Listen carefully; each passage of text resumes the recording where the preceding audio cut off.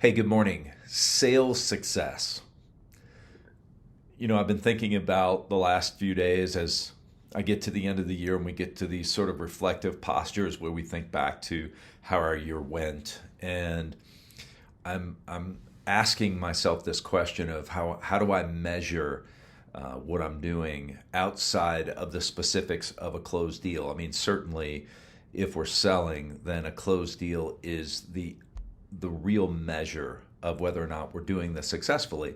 But as you know, those of us who sell professionally, you have a wide range of realities in sales. You have these scenarios where someone comes to you and they know your product or your service and they're really ready to pull the trigger.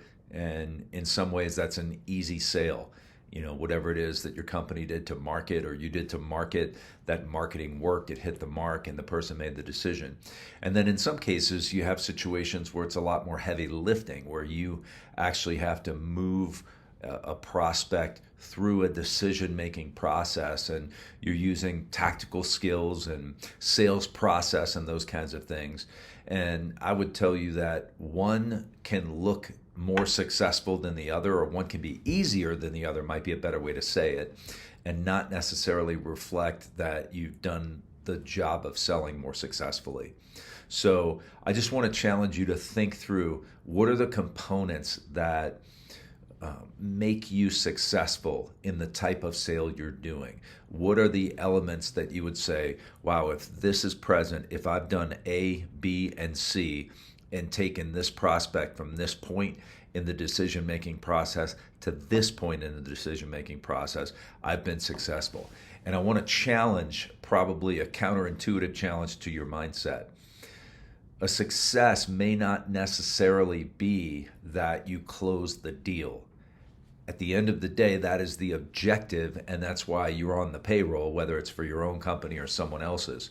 But identifying that your product is not the right fit for someone could also reflect a success in your process.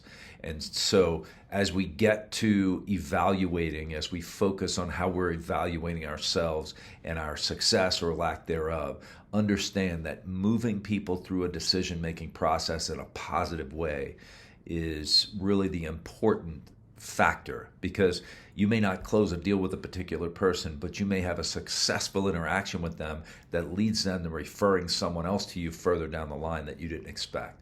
So think about your success, think about how to measure it, and think about what some of the elements are that determine whether or not you're successful. Hope you guys are having a great week and building up to a great close to the year.